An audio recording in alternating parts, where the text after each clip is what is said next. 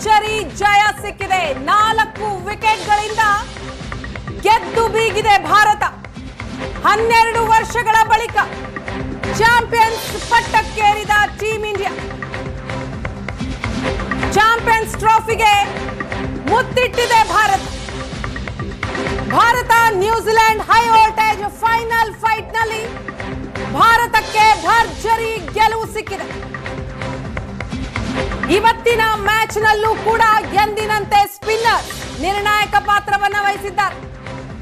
ರೋಹಿತ್ ಸಾರಥ್ಯದಲ್ಲಿ ಭಾರತ ತಂಡ ಚಾಂಪಿಯನ್ಸ್ ಆಗಿದೆ. ದುಬೈನಲ್ಲಿ ನಡೆದಂತಹ ಫೈನಲ್ ಫೈಟ್ನಲ್ಲಿ ರೋಹಿತ್ ಶರ್ಮಾ ತಂಡ ಜಯಬೇರಿಯನ್ನ ಬಾರಿಸಿದೆ. ರೋಹಿತ್ ಸಾರಥ್ಯದಲ್ಲಿ ಚಾಂಪಿಯನ್ಸ್ ಟ್ರೋಫಿಯನ್ನ ಗೆದ್ದಿದೆ ಭಾರತ. ಅಜೇಯ ದಾಖಲೆಯೊಂದಿಗೆ ಫೈನಲ್ ಪ್ರವೇಶ ಮಾಡಿದಂತಹ ಭಾರತ ಫೈನಲ್ನಲ್ಲೂ ಕೂಡ ಗೆದ್ದು ಬೀಗಿದೆ. ದುಬೈನಲ್ಲಿ ನಡೆದಂತಹ ಫೈನಲ್ ಪಂದ್ಯ 12 ವರ್ಷಗಳ ನಂತರ ಚಾಂಪಿಯನ್ಸ್ ಟ್ರೋಫಿಯನ್ನ ಗೆದ್ದಿದೆ.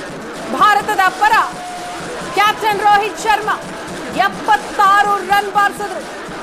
ಇನ್ನು ಶ್ರೇಯಸ್ ಅಯ್ಯರ್ 48, ಶುಭ್ಮನ್ ಗಿಲ್ 31, ಅಕ್ಷರ್ ಪಟೇಲ್ 29 ರನ್ ಗಳಿಸಿದ್ರು.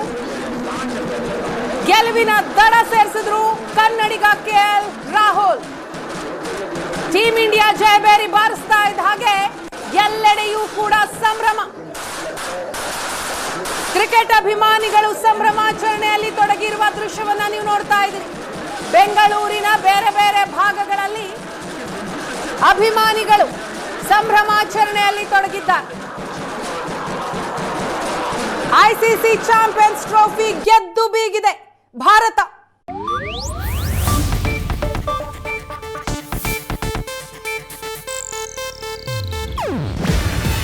ಇದು ಏಷ್ಯಾನೆಟ್ ನ್ಯೂಸ್ ನೆಟ್ವರ್ಕ್ ಪ್ರಸ್ತುತಿ. ನೀವು ನೋಡ್ತಿದ್ದೀರಾ ಏಷ್ಯಾನೆಟ್ ಸುವರ್ಣ ನ್ಯೂಸ್.